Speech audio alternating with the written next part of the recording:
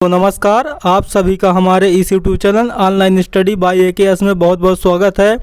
दोस्तों, हम चालकता से संबंधित महत्वपूर्ण प्रश्न उत्तर बताएंगे इस वीडियो में। और दोस्तों, यह चालकता से संबंधित पार्ट नंबर 2 है, क्योंकि दोस्तों पार्ट 1 में सभी प्रश्न नहीं आ पाए थे। तो जितने प्रश्न हम पार्ट 1 में किए दोस्तों, उससे थोड़ी ज़्यादा प्रश्न इस पार्ट में शामिल किए हैं। और इस पार्ट के बाद दोस्तों चालकता से संबंधित सभी प्रश्न आपके लगभग पूरे हो रहे हैं। तो दोस्तों आइए बढ़ते हैं प्रश्न नंबर 1 की ओर।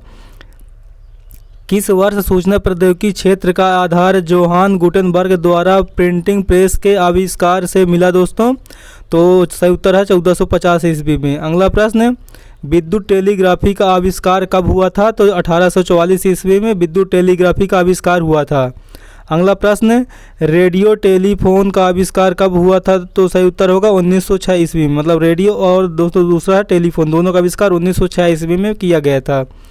अगला प्रश्न आपके सामने ये, रेडियो प्रसारण कब शुरू हुआ? तो रेडियो प्रसारण सन 1920 में शुरू हुआ था। अगला प्रश्न, टेलीविज़न प्रसारण कब शुरू हुआ? तो टेलीविज़न प्रसारण कब शुरू हुआ दोस्तों? 1935 में की गई थी। अगला प्रश्न, उपग्रह संचार कब शुरू हुआ? तो उपग्रह संचार की सेवाएं जो हैं यह 1962 में शुरू की गई थी।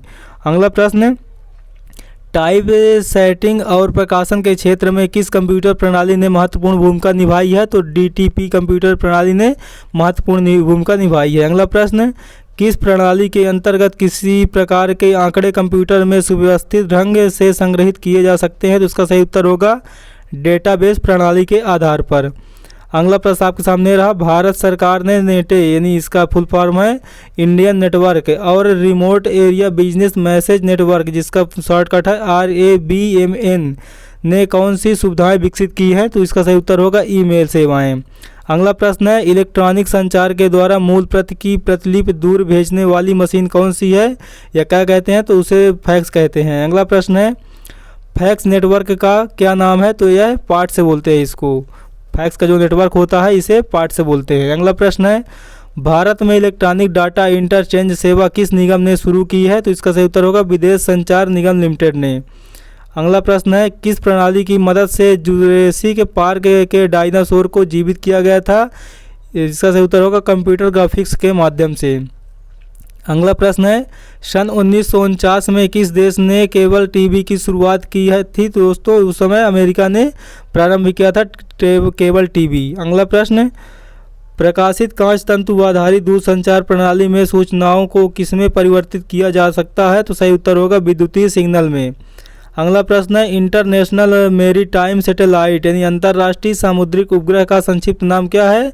तो इनमारसेट इसका शॉर्टकट नाम है। अगला प्रश्न है, इनमारसेट कितने देशों की एक सामूहिक उपग्रह प्रणाली है? तो इसमें दोस्तों 75 ग्रह से शामिल है। इसे इनमारसेट प्रणाली में 75 देशों की सहभागिता है। अगला प्रश्न है, इनमारसेट का प्रधान कार्यालय किस देश में है या मुख्यालय कहाँ पर है? तो लंदन में इसका मुख्यालय है।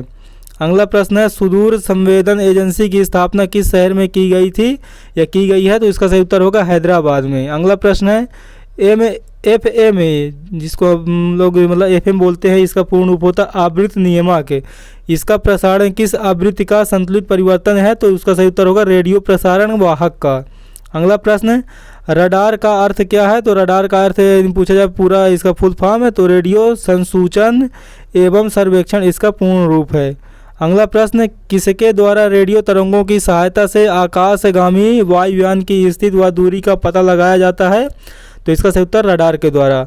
अगला प्रश्न है, light amplification by stimulated emission of radiation किसका विस्तृत रूप है? तो यह लेजर का विस्तृत रूप है। लेजर का फुल फॉर्म पूछा जाए तो light amplification by stimulated emission of radiation है। अगला प्रश्न आपके सामने रहा, उद्दीपित उत्सर्जन प्रक्रिया द्वारा प्रकाश तरंगों का प्रवर्धन किसका अर्थ है? तो इसका सही उत्तर होगा लेजर। अगला प्रश्न है, उद्दीपित उत्सर्जन स्वतः उत्सर्जन किरण का अवशोषण कला संबद्ध स्रोत जनसंख्या उत्क्रमण पंपन प्रक्रिया किसके स्रोत हैं? तो इसका सही उत्तर होगा लेजर प्रक्रिया के। लेजर प्रक्रिया या लेजर प्रक्रिया बोलिए उसी को। अगला प्रश्न है, दो प्रकाश स्रोत क्या कहलाते हैं जब उनसे उत्सर्जित तरंग एक ही कला में हो? तो इसका सही उत्तर होगा कला संबद्ध स्रोत। अगला प्रश्न है, किस क्रिया के द्वारा परमाणुओं को निम्न ऊर्जा से उच्च ऊर्जा स्थिति तक उत्तेजित किया जाता है? तो सही उत्तर है पंपन। अगला प्रश्न है सर अल्बर्ट आइंस्टीन ने उद्दीपन उत्सर्जन क्रिया की खोज कब की थी? तो सही उत्तर होगा 1917। अगला प्रश्न है पहला वास्तविक लेजर किस पत्थर से बनाया गया था? तो यह रूबी पत्थर से बनाया गया था। अगला प्रश्न आपके सामने रहा एल्यूमिनियम ऑक्साइड का कौन सा क्रिस्टल है जिसमें क्रोमियम के परमाणु मिश्रित होते हैं? तो इसका सही उत्तर होगा रूबी। अगला प्रश्न है रूबी किस प्रकाश के लिए पारदर्शक है? तो उत्तर है लाल और नीले प्रकाश के लिए। अगला प्रश्न है गैसीय लेजर में किन उद्दीप्त परमाणुओं की संख्या निरंतर परिपूरित होती रहती है? तो इसका सही उत्तर है नियान और हीलियम। अगला प्रश्न है कौन से पिंड का लेजर बहुत रोचक होता है? तो उत्तर है द्रव्य विकिरण।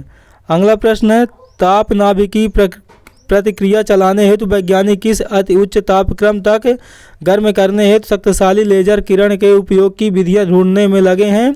तो इसका सही उत्तर होगा प्लाज्मा। अगला प्रश्न है सैनिक लेजर किरण को अन्य किस नाम से परिभाषित करते हैं?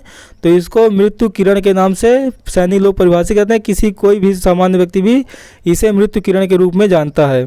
अगला प्रश्न है परिष्कृत यूरेनियम का उपयोग कहाँ पर होता है? तो परमाणु बिजली घर में परिष्कृत यूरेनियम का प्रयोग किया जाता है। अगला प्रश्न है किस बिजली घर के लिए यूरेनियम कार्बाइड और यूरेनियम ऑक्साइड के मिश्रण को ईंधन के रूप में इस्तेमाल किया जाता है? तो तारापुर संयंत्र है, परमाणु संयंत्र है जो, वहाँ पर इसका प्रयोग किया जाता है।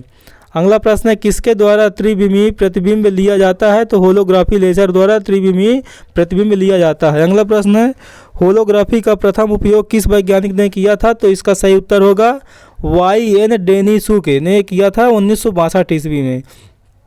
अगला प्रश्न है सन 1963 में न्यू इंग्लैंड मेडिकल सेंटर के वैज्ञानिक थ्रफ्ट ने सर्वप्रथम लेजर की सहायता से किस ऑपरेशन में सफलता पाई थी?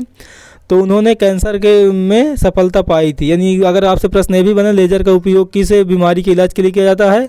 तो कैंसर के उपचार के लिए भी किया जाता है। इसका उत्तर दिया जा सकता है। अगला प्रश्न किस युक्ति के द्वारा एक कंप्यूटर की याददाश्त को दूसरे कंप्यूटर में स्थानांतरित किया जा सकता है? तो इसका सही उत्तर होगा लेजर की सहायता से। तो दोस्तों हमारा वीडियो आपको कैसा लगा और वीडियो में जो प्रश्न हमने सम्मिलित किए तो वो आपके लिए कितने यूजफुल हैं हमें कमेंट बॉक्स बताइए। और दोस्तों अगर आप हमारे चैनल से पहली बार विजिट कर रहे हैं तो हमारे चैनल को सब्सक्राइब कर बगल में बनने वाले बेल आइकन को प्रेस कर लें। और दोस्तों हमारा वीडियो तथा चैनल अपने दोस्तों तक भी शेयर करें ताकि हम मोटिवेट होकर आपके लिए बहुत ऐसे ही बेहतरीन टॉपिक के साथ वीडियो बनाते रहें। तो दोस्तों मिलते हैं नेक्स्ट मोस्ट इम्पोर्टेंट टॉपिक के साथ नेक्स्ट वीडियो में दोस्तों। तब तक के लिए जय हिंद जय भारत।